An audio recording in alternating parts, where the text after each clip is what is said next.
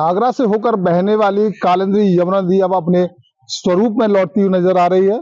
यानी कि यमुना नदी जो कई महीनों से सूखी पड़ी थी, मैदानी रूप में, विशाल रूप में बहने वाली यमुना नदी मैदानी रूप में नजर आने लगी थी।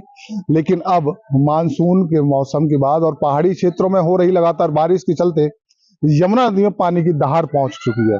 यानी कि यमुना नदी में अब जल स्तर बढ़ने लगा है, पानी की धार अलग से नजर आ रही है। जो नजारा लगातार कई महीनों से देखा जा रहा था कि यमुना नदी सूख चुकी है और मैदानी इलाके में नजर आ रही है, अब वहां पानी की धार नजर आ रही है। वजह यह है कि मानसून का सीजन है और पहाड़ी क्षेत्रों में, पहाड़ी इलाकों में लगातार बारिश हो रही है और ऊपर से बहने वाला पानी, पहाड़ों से निकलने वाला पानी अब मैदानी क्षेत्रों की ओर बढ़ने लगा है। और यही वजह है कि आगरा से होकर बहने वाली कालिंदी यमुना नदी में भी अब जल की धार नजर आ रही है।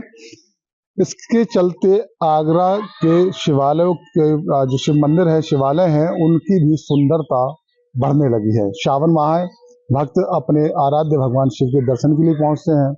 यमुना प्रेमियों में भी सूखी पड़ी यमुना को लेकर काफी आक्रोश नजर आ रहा था, कई बार विरोध प्रदर्शन भी देखे गए थे। लेकिन अब पानी का जल स्तर धीरे धीरे बढ़ने लगा है और यमुना नदी में बढ़ते जल स्तर से सभी लोग के चेहरे पर एक खुशी की लहर है, क्योंकि सूखी पड़ी यमुना, मैदानी क्षेत्र में नजर आने वाली यमुना अब पानी से लबालब होती हुई नजर आ रही है। लगातार ऊपर पहाड़ी क्षेत्रों से मैदानी इलाकों की ओर पानी बढ़ने लगा है और यमुना नदी का जल स्तर अब धीरे धीरे बढ़ रहा है।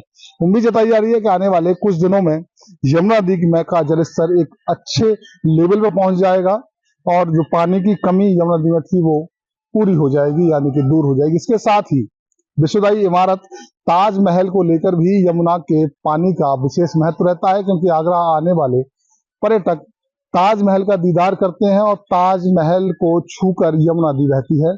तो जब यमुना नदी में पानी नहीं होता है, यानी कि यमुना नदी सूखी होती है, तो ताजमहल का नजारा भी अलग हो जाता है। और जब यमुना नदी में पानी की धार आती है तो ताजमहल की सुंदरता को भी चार चांद लग जाते हैं और पर्यटक बड़ी बारीकी से इस सुंदर नजारे को देखते हैं, उसका दीदार करते हैं और अपने कैमरों में कैद करते हैं। अब हम आपको दिखा रहे हैं कि यमुना नदी का जल स्तर बढ़ने लगा है। जो पानी किनारों तक नहीं था, एक केवल पतली सी छोटी सी धार यमुना नदी बह रही थी, अब उसका जल स्तर बढ़ने लगा है और जो यमुना में पहुंचने वाला पानी है वो किनारों तक पहुंच रहा है।